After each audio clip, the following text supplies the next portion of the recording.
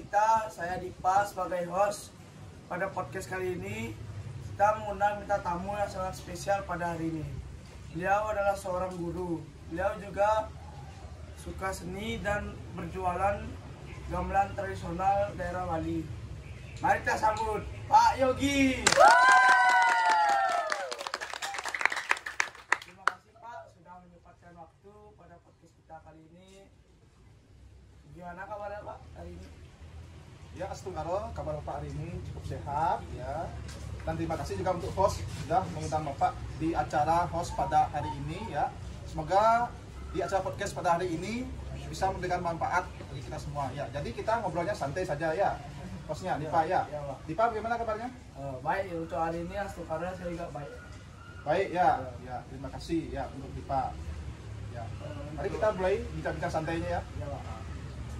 Kan pengalaman Bapak sebelum jadi guru ini apa sih Pak, dari kecil sampai sekarang bisa jadi guru seperti ini? Pengalaman Bapak dari kecil sampai sekarang menjadi guru bagaimana ya. Jadi mungkin Pak akan sedikit ceritakan kisah Pak dari kecil bagaimana hingga Bapak bisa sampai di tahap sekarang jadi guru, pebisnis ya, kita sendiri juga ya. Jadi dari kecil ya Bapak itu terlahir di keluarga yang dibilang pas-pasan ya, serba kekurangan semuanya ya. Ekonomi Bapak itu juga cukup sulit ya, di masa kecil Pak itu cukup sulit, serba kekurangan ya. Ya, jadi Bapak dulu bisa beli energi Rp1.000 itu aja sudah bersyukur sekali dulu ya, masa kecilnya Pak itu dulu ya. Ya kalau bisa bilang mengenaskan ya mengenaskan lumayan. Cuma orang tua Pak cuma ya pekerja kerajinan bambu, ibu Bapak juga ibu rumah tangga yang nggak kerja, cuma Bapak saja yang kerja itu. Dari kecil, dari sekolah SD ya, itu pun Pak cuma diantar sekali saja sekolah. Setelah itu sisanya Bapak jalan kaki pergi ke sekolah ya, tidak diantar. Pak sudah mandiri dari sejak kecil ya, sejak kecil ya. Ya, tapi Bapak ini orangnya ya kalau dibilang pas-pasan, tapi ada sedikit prestasi sedikit ya di SD. Pernah juga dapat ranking 3 3 kali, ranking 3 di kelas, dan ranking 1 untuk nulis aksara Bali berturut-turut dari kelas 3 sampai kelas 6. Itu saja yang bisa Pak banggakan di SD ya. Bagus itu Pak, lumayan bagus. Ya, bagus ya. Dan sebenarnya sudah dari sejak SD Pak sudah menyukai seni ya, seni menggambar terutama karena bapaknya Bapak itu juga seorang penabuh juga. Ya.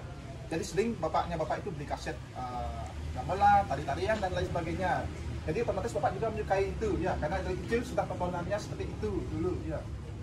Jadi Pak dari kelas SD kelas 6 itu sudah nebeng ya, nebeng di bapaknya Bapak ikut menggambar ya. Sudah dari kecil Pak sudah biasa ikutin bapaknya Bapak menggambar, Ikut tampil itu Pak. ya sering ikut tampil ya, walaupun cuma kalau di istilah Balinya milu-milu tuung ya, cuma sekedar ikut-ikut aja itu istilah ya. Tapi motivasi Pak itu waktu dulu itu karena Pak lihat bapaknya Bapak menggambar di pura, ternyata ada penabuh itu dapat snack, dapat nasi, dapat kopi. Enak sekali ternyata hidup jadi seniman itu motivasi pertamanya. Jadi Pak belajar dulu menggambar, tapi nggak punya alat. Tapi Pak dulu dari SD sudah bisa buat alat dari bambu, alat gamelan dari bambu. Dari SD itu sudah bisa buat, walaupun nadanya tidak beraturan. Ya, yang penting bunyinya nong neng nung nang ning, nong neng nung nang ning gitu. Ya, Pak buat gangsel pakai bambu. Nah, setelah itu akhirnya Pak dipinjamin gangsel besi oleh bapaknya Bapak dulu ya. Tuh pakai belajar menggambar Pak terus belajar itu ya. Terus belajar ya. Sudah menginjak SMP Bapak sih tidak terlalu berprestasi ya, dan siswa yang bisa biasa saja. Tapi di sana skill bisnis Pak sudah mulai ya. Pak sudah bisa melihat peluang di sana ya. Mungkin karena latar hidup Bapak yang sebab kekurangan dulu ya, itu membuat Bapak gimana caranya bantu orang tua. Ya dari segi bekal dulu lah. Ya. Jadi Pak selalu lihat peluang. Pak punya sedikit skill seni ya. Pak lihat teman-teman Bapak nggak bisa gambar, ya Pak jualin mereka gambaran 5.000 satu gambaran. Ya, Mahal. Lumayan sih Pak, itu bukan. Ya lumayan itu ya. Pak nyari peluang, setiap kesempitan ada peluang gitu. Itu Pak dulu. Dulu ada di Pasar Bali dulu Pak dapat nulis lontar juga di SMP. Ada lontarnya kan pakai cakapan dari bambu itu untuk alasnya itu. Nah itu Bapak jualin ke teman-temannya. Waktu itu Ada yang jualnya 35.000 itu mahal sekali pada zaman itu. Sedangkan Pak cuma jual 5.000 saja sudah isi hiasan gambar. Jadi banyak teman-teman Bapak yang belinya ke Bapak itu. Sedangkan Pak cari peluang. Ya, apalagi di rumah banyak ada bambu, itu Pak manfaatkan sisa-sisa bambu itu dijual 5.000 untuk ini, untuk alas lontar itu lumayan itu nama bekal. Dan SMP Pak sudah biasa terjun menggambar, udah bagus skillnya Bapak waktu SMP ya. Sampai tampil terus Ya, tampil di berbagai ajang ya. Pak dulu sering ikut nebeng sampai Bapak yang disuruh ngantiin Bapak menggambar itu. Pak sering disuruh karena dapat bayaran 50.000, 25.000 itu senang sekali dulu ya. Skill Bapak sudah dibayar waktu itu. Pada waktu SMP itu sudah dibayar itu skillnya Bapak itu ya. Tapi karena juga bakat alami, Pak cepat juga bisa menggambar dulu itu. Dari SMP Pak sudah tahu caranya nyari uang ya. Karena latar belakang dari keluarga yang sangat kesusahan dulu itu. Nah itu juga Pak juga aktif juga di ekstra tabu di SMP dulu, banyak kegiatan ya. Di sana banyak Pak belajar lagi ekstra ya. Banyak gamelan yang bisa dipelajari di ekstra. Ya banyak Pak. Dulu SMP itu sudah hampir semua instrumen Pak bisa kuasai ya. Kecuali kena. Kalau kena Pak belajarnya di Banjar dulu. Setelah itu di Banjar ada dibentuk sekegong anak-anak semua masih nol kemampuan senang Pak, sudah punya skill hampir semua gamelan Pak bisa. Makanya Pak disuruh belajar tenang dulu. Dan akhirnya pas SMP ya dulu Pak pernah punya cita-cita ingin tampil PKB. Ternyata itu kesampaian pas Pak kelas 3 SMP Pak tampil di PKB. Ya, itu gong kebiar anak-anak mewakili Gianyar ya. Waktu itu dengan tempur melawan gong kebiar anak-anak dari Bangladesh dulu. Itu pengalaman yang berkesan dulu ya, sangat berkesan sekali bagi Pak. Pengalaman pentas Pak PKB pertama di sana. Dapat uang honor 1.200.000 itu Paknya, 1.200.000 itu sangat senang sekali. Dan itu Pak langsung belikan HP Android pas SMA, HP Samsung ya. Nah, sekarang sudah SMA ya, menjak SMA, SMK. Pak dulunya sekolah SMK, akuntansi. Ya, dosennya akuntansi. Padahal Pak dulu cita-citanya pengen masuk di seni, di SMK 3 Squati, Vokal. Karena tidak dapat restu, ya pelarian Bapak ya ke akuntansi, memang agak jauh ya. Dari kopinya seni, itu akuntansi jauh kali. Ya jauh sekali ya. Seni, akuntansi, bagian keuangan ya, terus keuangan itu sangat ya menceng ya. Dan karena dulu yang penting Bapak dulu, yang penting sekolah dulu lah gitu. Kalau dulu baru sisa yang lain. Ya nanti urusan belakangan itu Pak dulu ya. Jadi Pak Kinti ya sekolah SMK akuntansi, tapi di sana kebetulan ekstra tambuhnya aktif juga. Jadi Pak di sana di ekstra tambuh itu juga selain ngayah juga ada ngayah mau bayar. Ngayahnya itu dibayar itu dapat upah itu. Senang Pak juga dulu. Ya.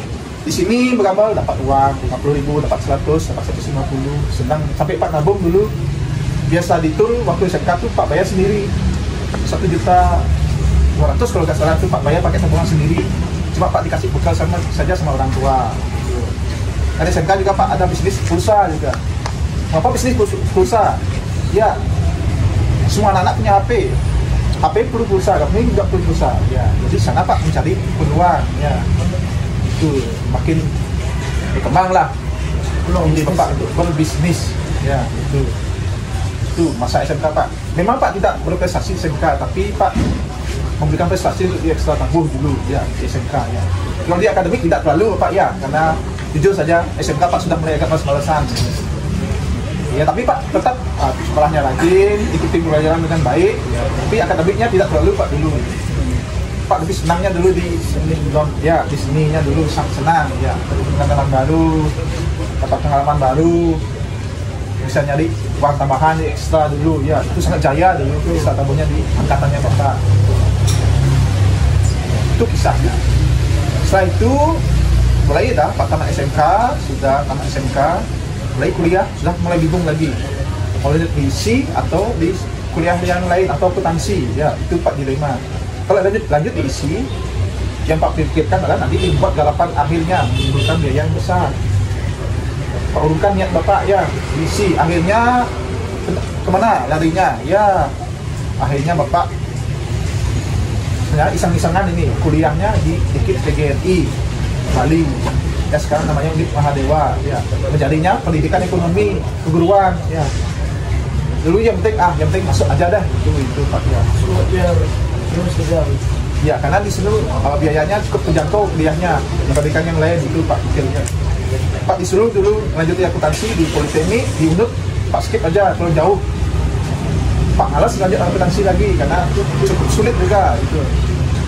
Jadi Pak akhirnya lanjut di kuliah di IKIP-PGRI Bali. Ya, menjadi jurusan pendidikan ekonomi selama 4 tahun. Ya. Tetap, ya. Itu kan sekolah apa namanya? Kampus khusus untuk menjadi guru. Ya. Guru SMP bisa, SMA bisa, ya. Jadi jurusannya Pak ambil adalah pendidikan ekonomi. Ya. Jadi Pak lulus di tahun 2021 pas di zaman COVID, di zaman lagi sulit-sulitnya, ya. Ya, sangat sulit sekali, itu situasi sangat sulit sekali, ya. Bahkan Pak sempat apa namanya waktu kuliah itu. Waktu kuliah Pak juga bisnis pulsa, masih juga bisnis pulsa. Terus semenjak COVID selesai. Ya. Bisnis pentas menggambar masih juga, ya. Pentas menggambar masih juga ada, ya. Terus sempat pentas PKB 2019 juga dewasa, ya. Itu dapat uang 3 juta. Lumayan banyak, ya, lumayan banyak. Ya, itu Pak pakai juga untuk bayar study tour kampus waktu itu 3 juta pas, ya. Itu sudah Pak pakai langsung ya study tour kampus. 2020 udah mulai COVID, masa dapat bisnis apapun Pak jalani. Pak pernah jual sate, tapi seminggu 2 minggu itu sudah ada penurunan omset, ya. Padahal itu bisnis makanan, tapi tetap ada penurunan omset, ya, sangat menurun, bahkan Pak sampai rugi gitu. Bingung Pak. Setelah itu 2021 Pak sempat juga jadi Grab. Pak jadi ojol pernah, jadi Grab. Ya, dulu pernah jadi Grab Pak. Selama dari bulan April 2021, ya. Jadi untuk membiayai kehidupan sehari-hari. Ya. Dulu Pak juga kerja di koperasi 2020, koperasi di Banjar, ya, malam-malam. Dengan gaji segitu Pak berusaha bertahan, ya. Selama COVID, ya, ya itu cuma tempat makan aja sudah bersyukur waktu itu, ya, dapat makan aja sudah bersyukur. Setelah itu akhirnya Pak 2021 mau wisuda, itu tidak punya uang, cuma habis tabungan dipakai buat biaya selama hidup selama COVID, ya. Sudah habis tabungan Bapak, ya. Jadi Pak bingung. Jadi Pak waktu itu wisuda bayar 3 juta, minjam, ya. Minjam uang, ya. Syukurnya diberikan pinjaman tanpa bunga, itu sangat kayak mendapatkan sebuah rezeki yang tidak terduga itu. Jadi Pak akhirnya bisa wisuda, ya. Di 2021 itu, ya. Itu Pak masih sambil ngojol juga, ya. Masih nge-grab juga. Panas-panasan, apapun Pak ambil kerjaan yang penting halal itu dulu. Setelah itu Pak lulus 2021 September, ya kurang lebih bulan Oktober itu lowongan, ya akhirnya Bapak mendapatkan lowongan di sekolah SMP Pelangi Drama Nusantara di Pak Bapak mengajar sekarang ini. Jadi akhirnya Bapak memberanikan diri iseng melamar jadi guru. Padahal waktu dulu jujur Pak gak ada cita-cita jadi guru, tapi kuliahnya di keguruan. Bingung kan? Pengennya ke sini itu. Ya pengennya lanjut di sini tapi jadi guru. Ya, kuliahnya guru tapi gak pun jadi guru. Nah, karena agak bingung pasti kan? Ya. Tahu apa? Ya. Kenapa dulu kuliahnya hanya sekedar kuliah itu.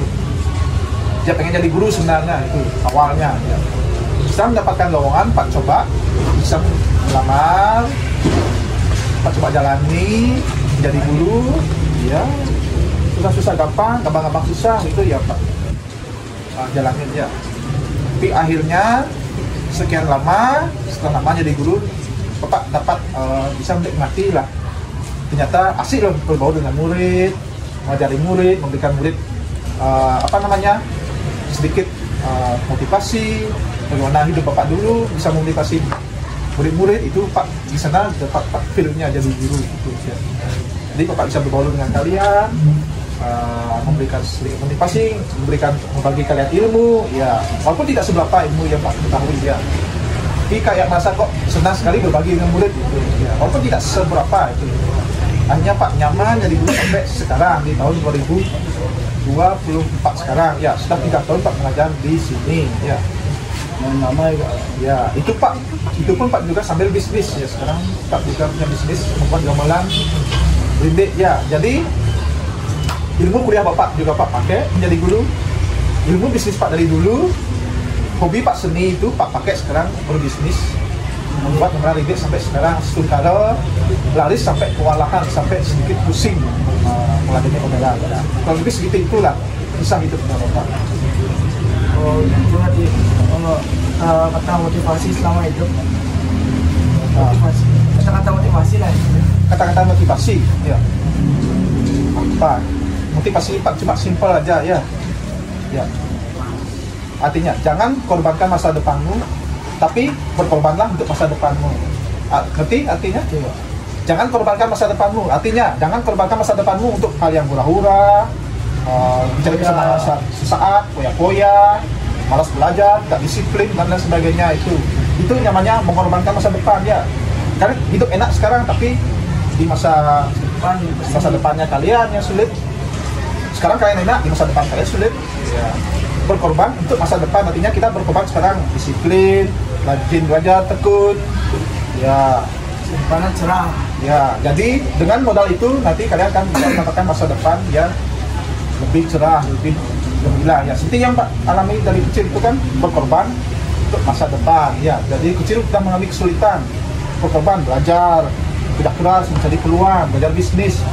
Sekarang Bapak nikmati hasilnya. Itu Pak kebiasaan kerja keras. Ya. Itu artinya jangan korbankan masa depanmu, jadi berkorbanlah untuk masa depanmu.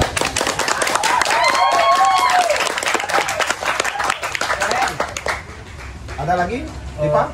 Pak kan bisa main ini Pak, coba kasih beberapa lagu itu. Main ini? Oh itu gampang.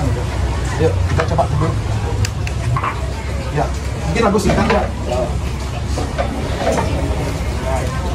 Jadi coba Pak mainkan lagu Putri Cening Ayu ya, mungkin yang familiar ya.